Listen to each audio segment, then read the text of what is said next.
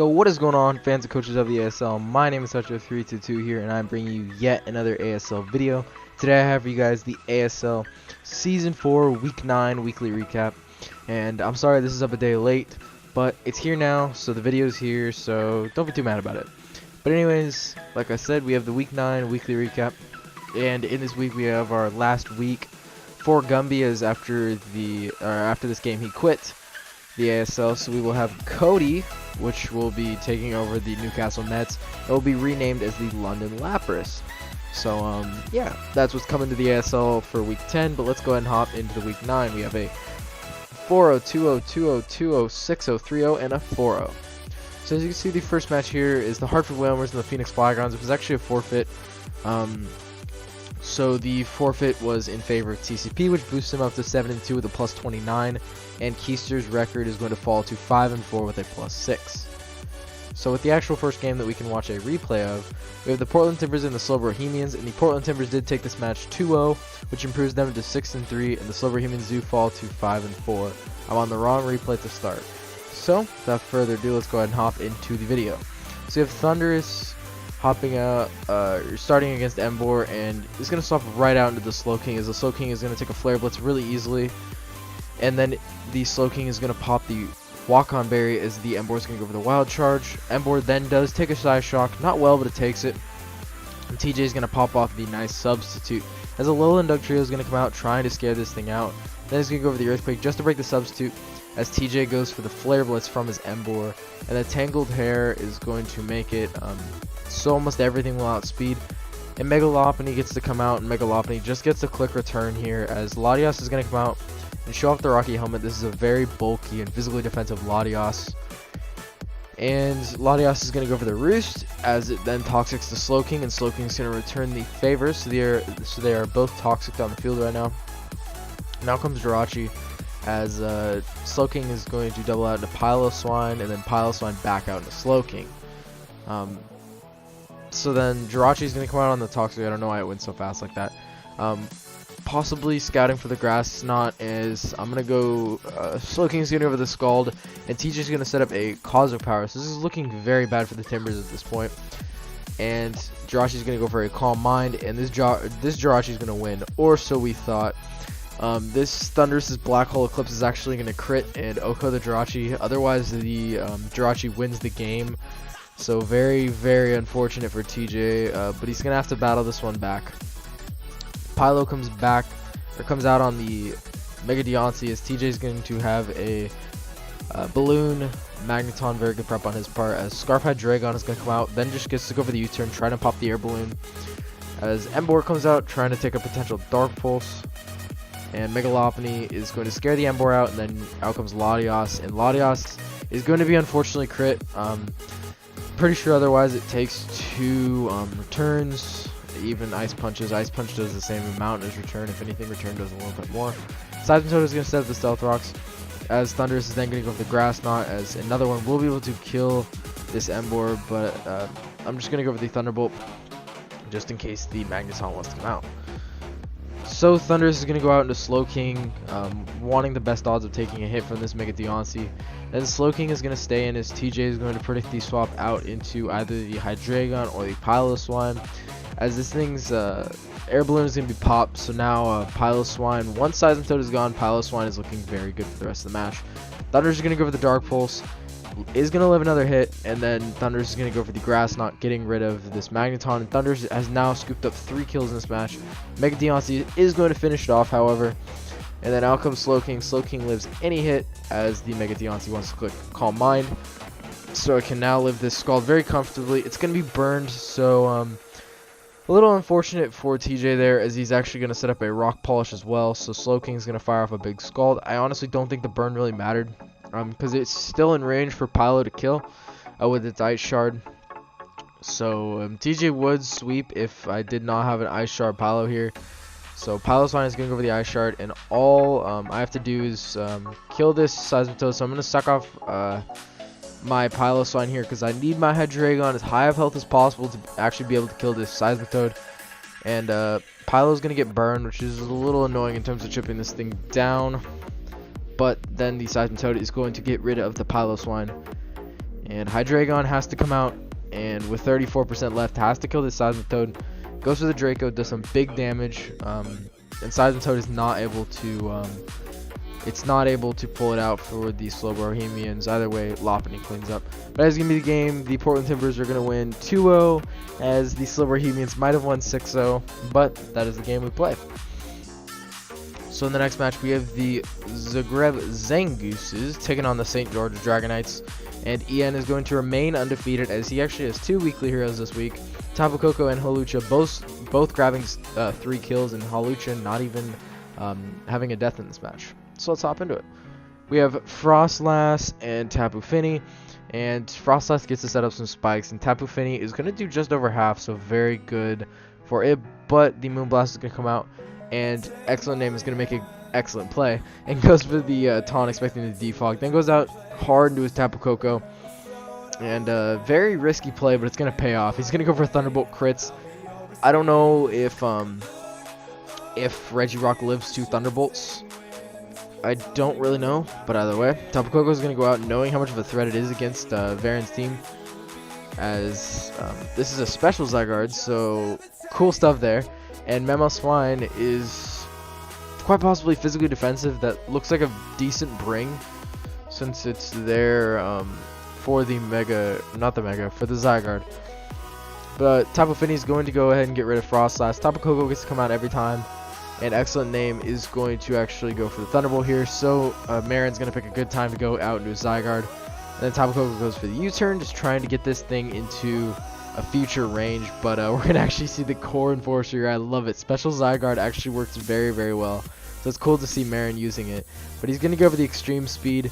And since this is likely not a fully attack investment Zygarde, it's not going to kill. I don't think it would have killed anyways. And Tapu Koko is going to get its second kill of the match.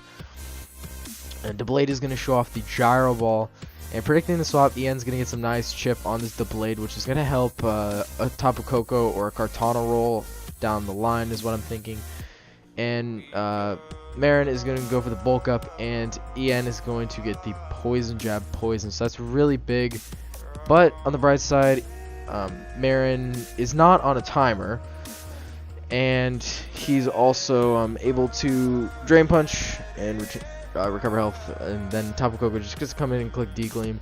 Again, I don't know truly if Mega Medi would have lived if it hadn't taken the poison damage, but anyways. Hawlucha gets to come out, goes for the Swords Dance, and if it has knockoff, it's going to clean up this game, but it actually is Dig. Crazy. So this thing is going to hit it up with a Dig. I don't think the crit mattered. That is a Swords Dance, boy. So this Hawlucha is actually going to pack the Poison Jab. So Ian has all the right coverage. All he needs is Acrobatics. And there it is. The Hawlucha is going to be able to claim a 3-kill sweep, as the St. George Dragonites are going to win 2-0 over the Zagreb Zangooses. Then we have the Intermelodic and the St. Louis Swablues, as Malone is going to be able to scoop up his 3rd win of the season. As Static is definitely not having the season he did last year. I believe he was 8-5 last year. He has now fallen to 2-7 this year. And let's hop into the match. We have Rotom, Frost, and Electros. We're actually flying through this weekly recap. But anyways, Electros is going to go for the knockoff, get rid of this Rotom's item, as Rotom wants to go for the Toxic. Electros is then going to Volt Switch on out of there. It can put a lot of pressure on.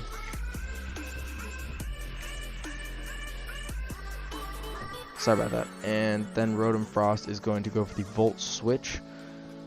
Into the Mega Aggron, can do 40%, and Mega Aggron is going to go for the Stealth Rock, as the Weezing is then going to go for the Fire Blast onto the Electros, and going with a follow-up Sludge Bomb, as this Electros wants to get rid of the Weezing's Black Sludge. Weezing is just going to basically Sludge Bomb until this Electros is going to die. Malone does not want to let it die. He's going to keep it for Death Fodder. And Static is going to go for the Fire Blast. Does die to the Heavy Slam. I don't know if that matters. I truly don't.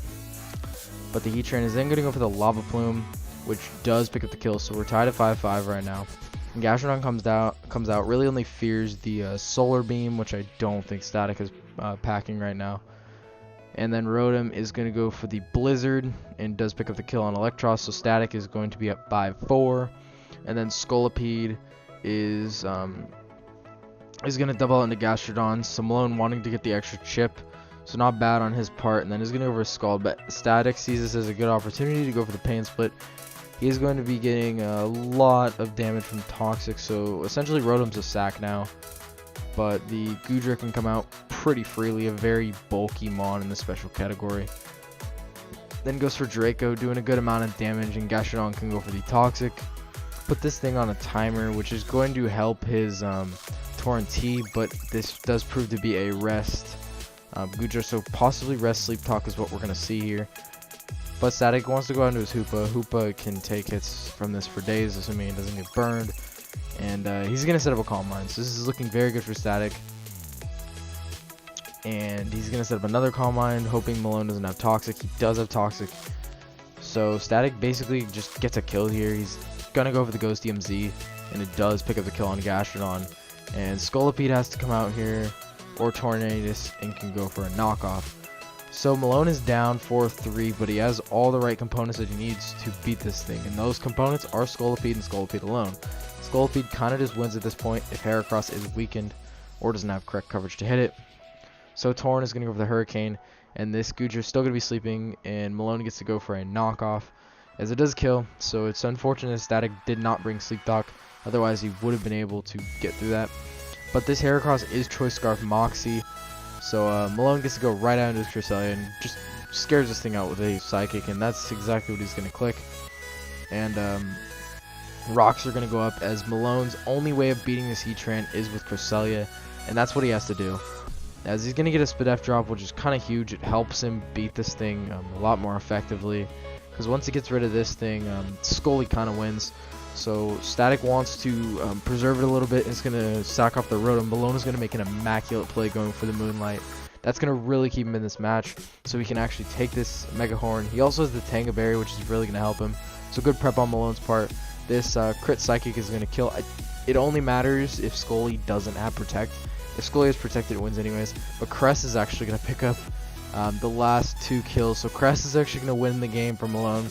So that is going to be the game, 2-0 for the St. Louis Swablues. Then we have the Newcastle Mets in the St. Louis Samurott. Like I said, this is the last week for Gumby. And Moon gets picking up 5 kills in a very unconventional way, but it picked them up nonetheless. So we have Mega Absol out against Klefki. And Mega Absol is going to go for the knockoff. Not Fire Blast, oddly, and Anderson's gonna go for Play Rough. I don't know what Gumby was really expecting there. It's a Klefki against a Mega Absol. He kind of just sacked it off turn 1, but Mega Absol or Zapdos is gonna go for the HP Ice into this Amoonguss, and Amoonguss is gonna land a Poison plus crit. So very unfortunate for Gumby. He then goes for the Roost. As Amoonguss wants to go for the Foul Play, possibly predicting the swap into Kyurem. As Kyurem is now going to come out, and Amoonguss goes for Sludge Bomb and does some big damage. And then Kyurem is going to go for the Ice Beam, does a good amount to this Klefki, and then goes for Thunder Wave, and Gumby does predict that very well and goes into Zapdos. Plus Zapdos is just a free play on this every time, but Amoonguss is also a free play into Zapdos, or Zapdos is a free play into Amoonguss every time. Zapdos is going to go for the Roost. Luckily for Gumby, he's not on a timer with this poison. It's just a constant poison. So Kyurem Black pressures this thing out tremendously. He's going to predict the swap into Klefki. And Anderson is going to get a poison here, and down goes the Kyurem. And Gumby's actually going to forfeit the match. Just all the poisons and just losing the Kyurem just really decimated him. It was his only chance to win. I don't know why he just quit. I mean, Delphox wins. Anderson is 0 stoppins for Delphox, but anyways, he did quit, so Anderson is going to get a free 6-0 victory here, so grats, I guess. And we have the PC Barcelona and the Arcane Archives. And I'm sorry if I'm talking lower now, but people are trying to sleep, so that's the unfortunate part of recording this at night. But let's hop into it. So we have Electivire and Landorus there, and if this is a Choice Scarf, Electivire will stay in, so it's swapping out, so I'm going to guess no. And Ian doesn't want to get hit with an HPI, so he's going to go out and do a Slowbro. Then can go for the Toxic. He does not want to Mega Evolve a Slowbro. He wants to take advantage of the Regenerator. Not a bad play. Not a bad play. And he's going to go for the Fire Blast, trying to possibly predict the swap into Lucario. I don't know. I don't really know what he was going for there. But this Cobalion is gonna swallow the hit from Araquanid. Then can go for a Volt Switch, and Shadow is going to eat that up with his Garchomp. And unless this Cobalion has HP Ice, the Garchomp absolutely just walls it. So Suicune is gonna make the double into Electivire, as Slowbro is gonna make the double into Clefable, and here we are with Electivire against Landorus. So Electivire is going to do big damage with the Ice Punch, and rocking out with its Shuca Berry. It's still going to die to the Landorus, because Landorus just hits that hard.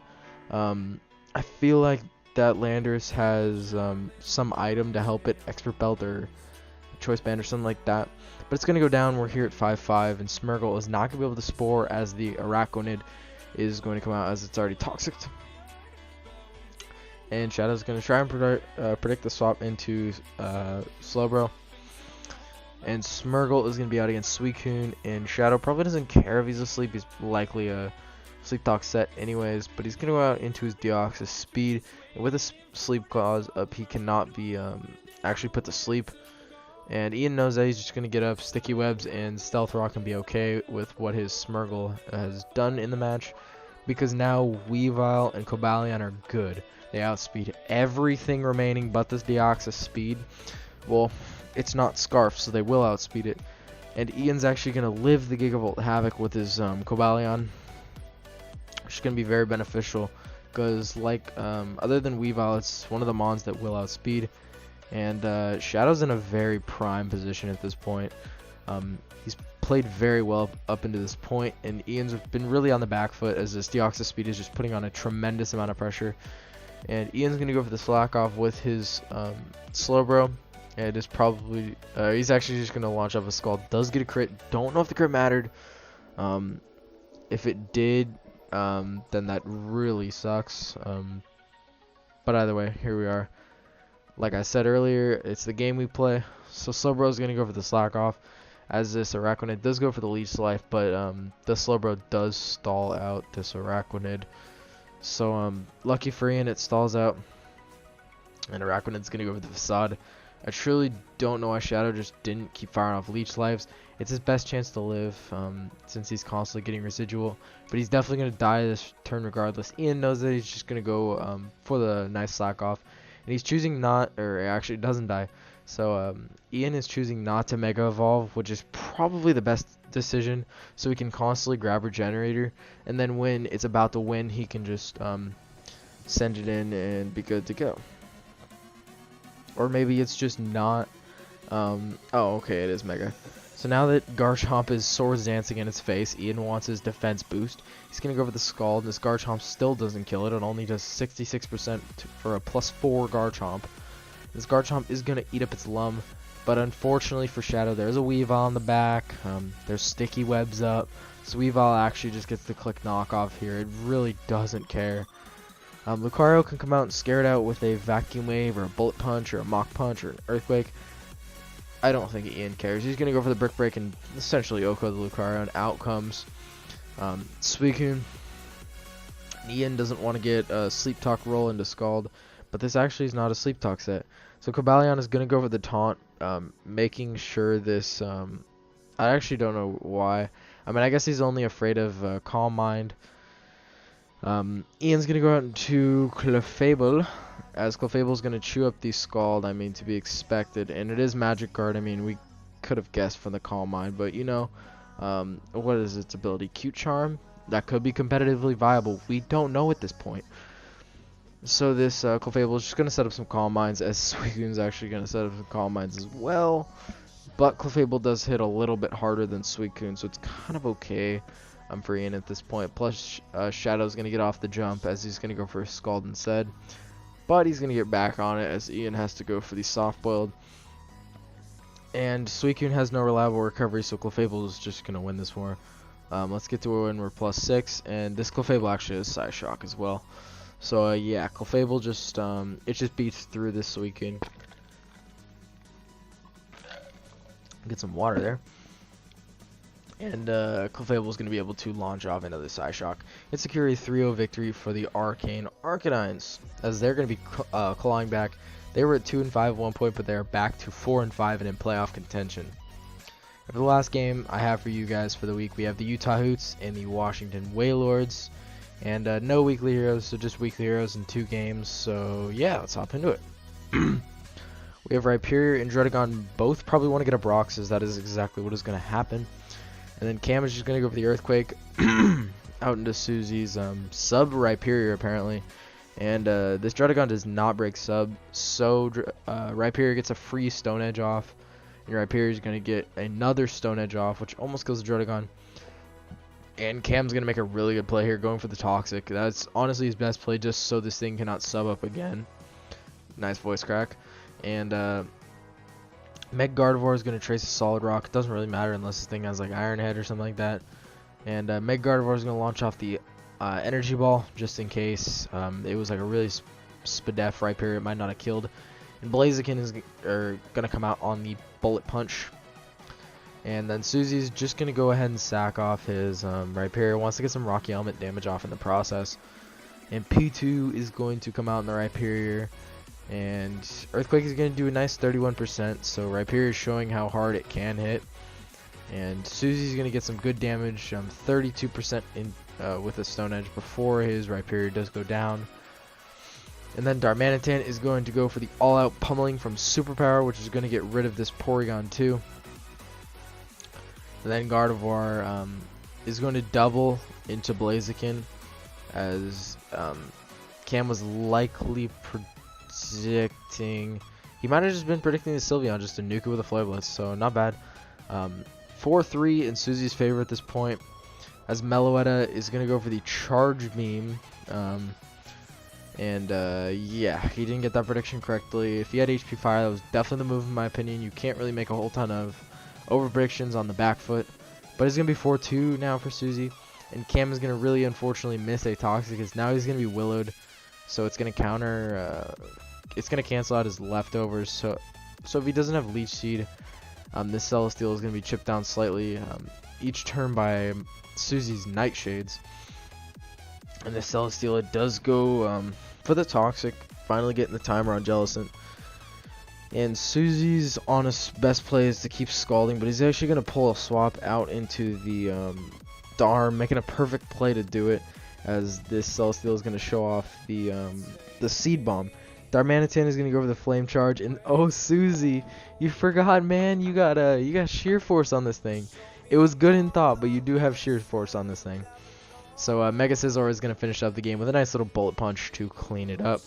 And that's going to be the game. Utah Hoots 4-0, or not 4-0, 4-0 victory over the Washington Whalers, as they're also bouncing back from 3-5 to come back into playoff contention. So here's going to be the upcoming weeks, and I'm sorry I only had 6 matches for you guys this week, but 1 match was a forfeit, but it is what it is. Thank you all for watching, and if Season 1 weekly recap isn't up in the morning, because I normally upload all these in the morning, if you guys are on the ASL YouTube channel, you'll know that, or not on the YouTube channel, but the Discord server, which is linked down below, by the way. While you're down there, hit the like and subscribe. But anyways, if it's Season 1 weekly recap is not up right away in the morning, I will have it up tomorrow. It's just, it might be later in the day. So that's all I have for you guys. Thank you all for watching the video, and I will see you guys all in the next one. Goodbye.